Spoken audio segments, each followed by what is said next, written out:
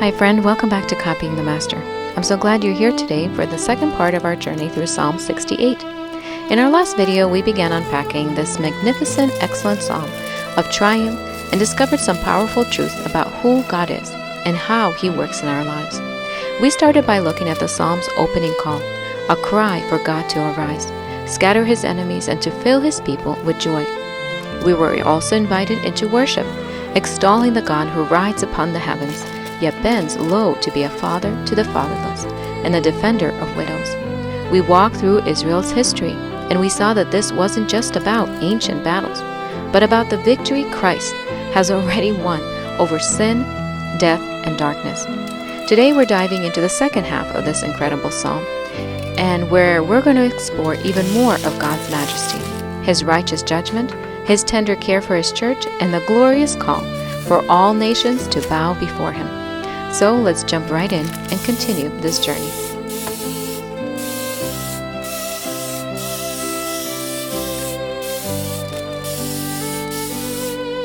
As always, this study is an adapted version taken from Matthew Henry's commentary. If you're interested in the original, detailed commentary, please see the link in the description box. Let's begin. We start with verses 22 to 31. The Lord said, I will bring back from Bashan, I will bring them back from the depths of the sea, that your foot may crush them in blood, and the tongues of your dogs may have their portion of your enemies. They have seen your processions, O God, the processions of my God, my King, into the sanctuary. The singers went before, the players on instruments followed after. Among them were the maidens playing timbrels. Bless God in the congregation, the Lord from the fountain of Israel. There is little Benjamin, their leader, the princess of Judah and their company, the princess of Zebulun, and the princess of Naphtali. Your God has commanded your strength. Strengthen, O God, what you have done for us. Because of your temple at Jerusalem, kings will bring presents to you. Rebuke the beasts of the reed, the herd of bulls with the calves of the peoples, till everyone submits himself with pieces of silver.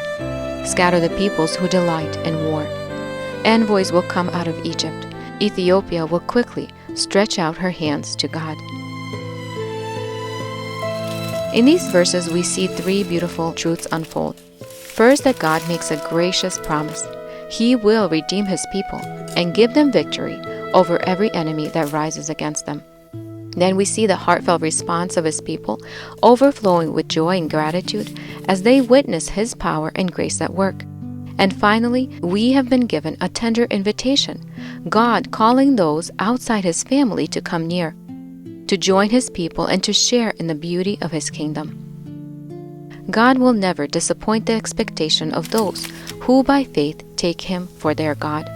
God assures His people again and again that He will once more deliver them from danger, just as He had done before. I will bring them again from the depths of the sea, He says, recalling that miraculous moment when He rescued Israel from the Egyptian bondage, pardoning the waters and leading them into freedom. And again I will bring them from Bashan. Bashan was a land beyond the Jordan. It was the place where Israel faced and overcame the king Sihon and Og, I think that's how you say him, before entering the promised land. It stands as a symbol of battles that end in blessings, of struggles that bring us closer to God's promises. And here's a gentle reminder for our hearts. Every past rescue is a reason to trust Him again. The same God who has brought us before, through things before, will bring us through again. What He has done, He will surely do once more. Isaiah 11:11 says, It shall come to pass in that day that the Lord shall set His hand again the second time to recover the remnant of His people. The God who worked then still works now. But that's not all. God also promises victory over every enemy that rises against His people, that your foot may crush them in blood, and the tongues of your dogs may have their portion from your enemies. It's a very vivid image of complete triumph, evil so thoroughly defeated that nothing remains of its strength or pride. The picture, the commentator continues, echoes Ahab's downfall, where even the dogs licked his blood, showing the surety of God's justice. This scene points us towards something far greater, the final judgment, when every act of rebellion against God will meet its end. Revelations 14:20 gives us that sobering vision. It says, "And the winepress was trampled outside the city, and the blood came out of the winepress up to the horses' bridles for 1,600 furlongs." David's victories over Israel's enemies were more than history. They were glimpses of Christ's greater victory. Through his death and resurrection, Christ crushed the ultimate enemies, sin, death, and the grave, for himself and all believers. Through his resurrection, and theirs through him, Christ triumphed completely. Isn't that beautiful?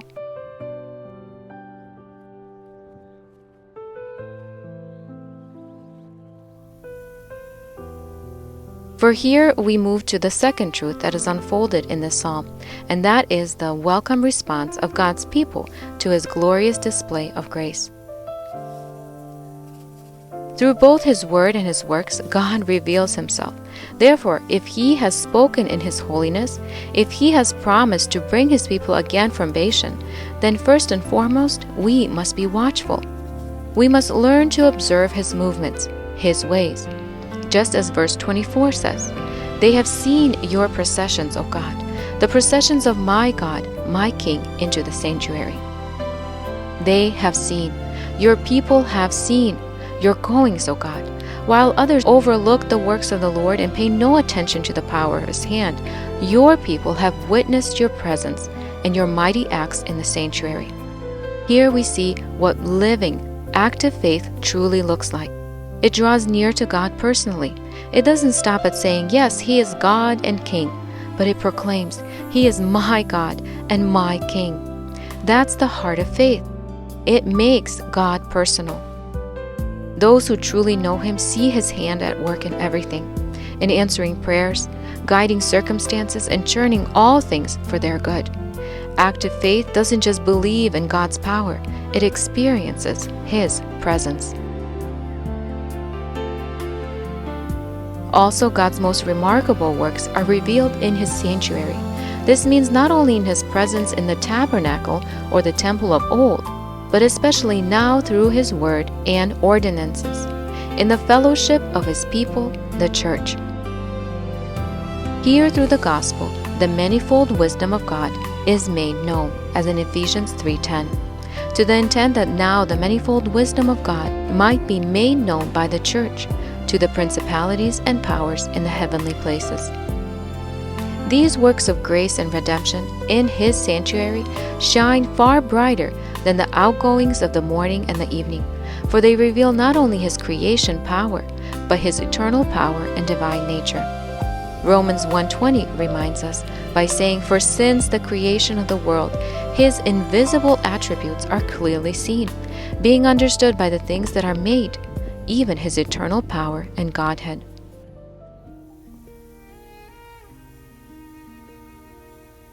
It is our duty, the commentator continues, our sacred responsibility to notice and acknowledge the works of God. When we see his hand moving, whether in his mighty will or in his tender grace, our hearts should respond with awe and recognition. We should be quick to say, "This is the finger of God," and to humbly confess, "Surely God is with us in truth." Because of all this, his people cannot remain silent. Their hearts overflowed with gratitude, as it should in ours. It is only fitting to praise. For those who are directly involved in ministry, they should lead in giving him praise. The singers went before, the players on instruments followed after. Among them were the maidens playing timbrels.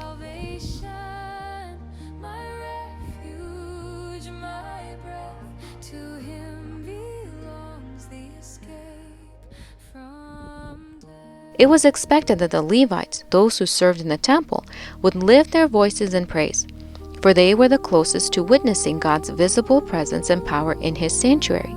Some sang, others played instruments, but all of them joined in harmony to honor the Lord.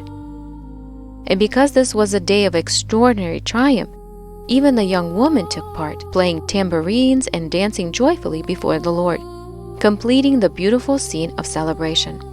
Dr. Hammond, whom Matthew Henry references many times, observes and says, "When Christ ascended into heaven, the apostles would proclaim it to all the world, and even the woman who witnessed his ascension would join them with heartfelt joy in spreading the news." This teaches us and shows us that praise is the rightful response to God's mighty acts, and that everyone, both men and women, have a part in glorifying Him when His power and salvation is revealed.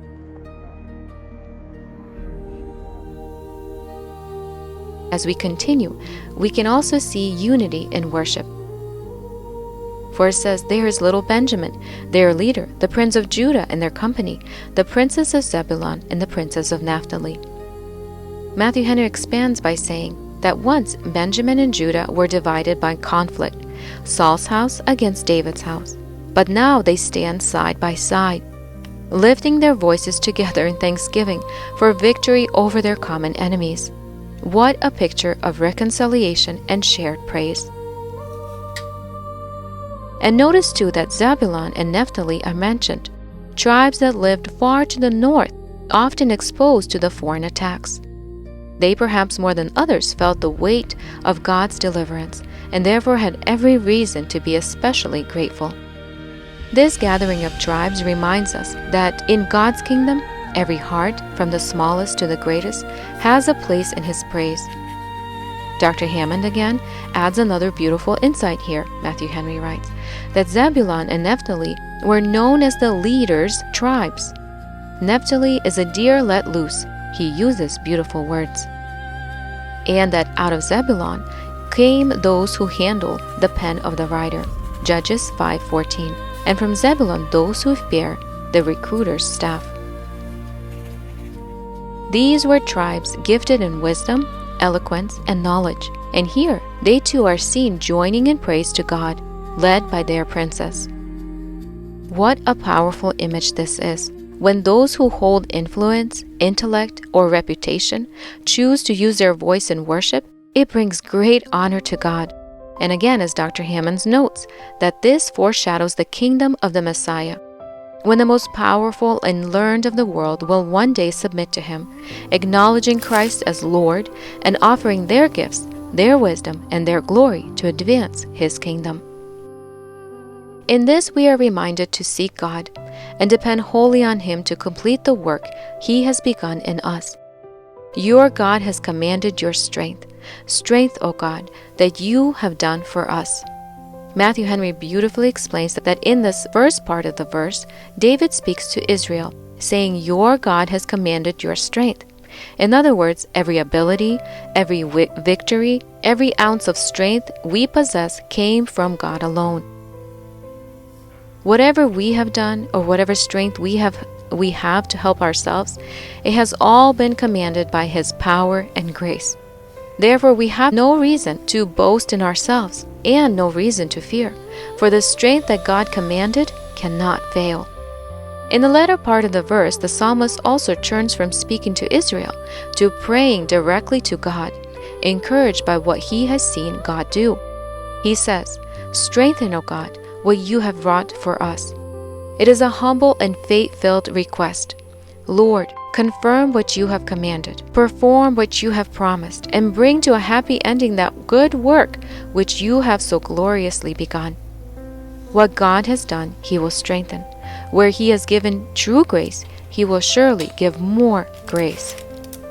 Some commentators even see this verse as a believer's prayer to the Messiah Himself, Matthew Henry writes, the one whom David elsewhere calls God, as he has done in Psalm 45, verse 6 and 8. We read, "Your throne, O God, is forever and ever. A scepter of righteousness is the scepter of your kingdom. You love righteousness and hate wickedness.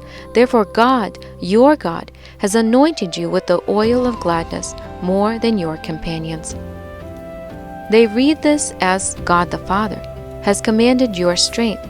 He has made you strong for Himself as the man of His right hand, as in Psalm 80, verse 17. Strength has been treasured up in you for us. Therefore we pray that you, O God the Son, would strengthen what you have wrought for us. What a comforting thought, that Christ, who began the work of salvation in us, will not leave it unfinished. He who commands our strength will also sustain it. Now, isn't that wonderful? In conclusion to these verses 22 to 31, Matthew Henry points out the third beautiful truth, which is the powerful invitation and encouragement extended to those outside the covenant to come in and join God's people. Because of your temple at Jerusalem, kings will bring presents to you. Rebuke the beasts of the reed, the herd of bulls with the calves of the peoples, till everyone submits himself with pieces of silver. Scatter the peoples who delight in war. Envoys will come out of Egypt. Ethiopia will quickly stretch out her hands to God. Matthew Henry explains that this was partially fulfilled in the days of David and Solomon, when many of the Gentiles became proselytes to the Jewish faith. Yet its ultimate and most glorious fulfillment comes in the gospel age, in the great invitation of Christ that welcomes all nations to become part of His church. What began as a national blessing upon Israel became a global call of grace to the ends of the earth. This is the unfolding of God's redemptive plan, that those once far off should be brought near, united in one body under one Lord, sharing one faith and one Spirit. So this passage not only looks back on the victories of David's day, but looks forward to the triumph of the gospel, when kings, nations, and the peoples from every tongue would be drawn to the brightness of God's presence among His people. Again, the commentator also expands by pointing out to the two kinds of responses that are shown in these verses. First are those who submit out of fear, and second are those who submit out of a willful devotion.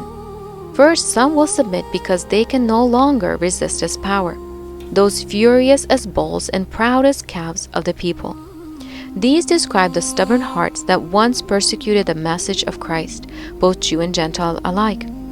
David prays, "Lord, rebuke them," asking God to humble their pride, still their rage, and overturn their schemes until they are finally brought low and made to confess, even reluctantly, that He is Lord.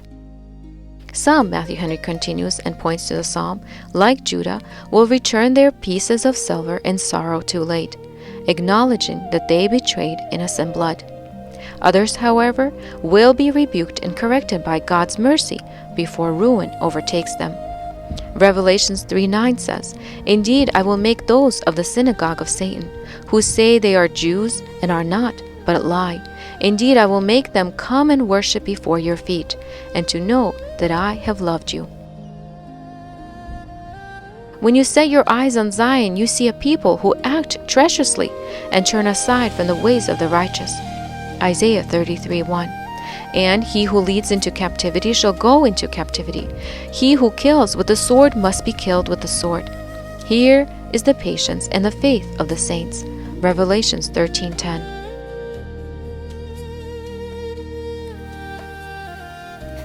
Secondly, there are those who will willingly submit. David, speaking prophetically, says, "Because of your temple at Jerusalem, kings will bring presents to you." Though the temple was not yet built in David's time, but only the materials and the plans were prepared, he foresaw its glory, and beyond that, the spiritual temple of Christ's kingdom. The beauty, the majesty, the grace of God, God's presence, would one day draw even kings to bow before Him.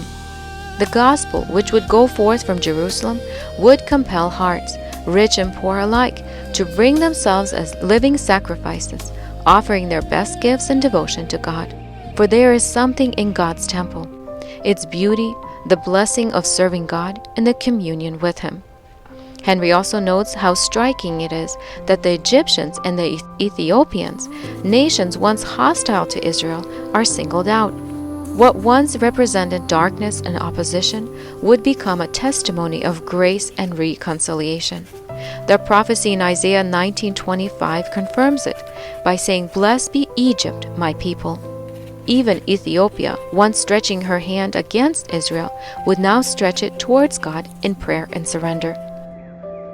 This is the grand vision of redemption unfolding, that out of all nations, some will be gathered to Christ and called His own. What was once distant will be brought near. What was once opposed will be reconciled. And the glory of the Lord will cover the earth as hearts, once hardened, are moved to worship the King of Kings. This all leads us to the final portion of Psalm 68, verses 32 to 35, which is a triumphant close that calls the whole earth again to rejoin in worship. Sing to God, you kingdoms of the earth. Sing praises to the Lord. The psalmist, having prayed for and foretold the conversion of the Gentiles, now invites them to join the faithful Israelites in praising God, showing that their coming into the church will be a cause of joy and worship. Commentator points out that God is here presented as the true and rightful object of praise, and the psalmist gives several reasons for this, which unfold beautifully in the last verses. First, he says, He rules over the highest heavens, which were established long ago. From the very beginning, even before all time, He prepared His throne. He sits above all expanse of heaven, guiding all the movements of the heavenly bodies. He is supreme and sovereign in dominion. Secondly, He is awesome and terrifying in majesty. He sends out His voice, and it is a mighty, powerful voice. Thirdly, because of His mighty power, ascribe strength to God, as in verse 34. Recognize that He has sufficient power. Thine, O God, is the kingdom, and Thy art exalted as head over all. Fourth, because of the glory of His sanctuary and the wonders wrought there. O God, You are awesome from Your sanctuary. Verse 35. Awesome is God from His sanctuary, the God of Israel. He is the one who gives strength and power to His people. Blessed be God. Here we see God is to be admired and adored with reverence and godly fear by all who attend Him in His holy place, who receive His word, observe His work in light of it, and offer Him true homage. And fifth, because of the grace bestowed upon His people, the God of Israel is the one who gives strength and power to His people. They had no might of their own, as we can see in 2 Chronicles 20:12. O our God, will You not judge them? For we have no power against this great multitude that is coming up against us. We do not know what to do, but our eyes are upon You. Likewise, all our sufficiency for spiritual work and warfare comes from the grace of God. It is through Christ strengthening us that we can do all things, and not by ourselves. Therefore, He must receive the glory for all that we do. Psalm 115:1. Not unto us, O Lord, not unto us, but to Your name give glory, because of Your mercy, because of Your truth. If it is the God of Israel who gives strength and power to His people, we ought to say, Blessed be God. It all comes from Him. Let all return to Him. His people are called to respond with gratitude, with worship and faithful service. We see that true joy comes from recognizing God's work in our lives and rejoicing in His presence. God's glory is revealed not only in mighty acts, but also in His care for the humble, the fatherless, and the oppressed.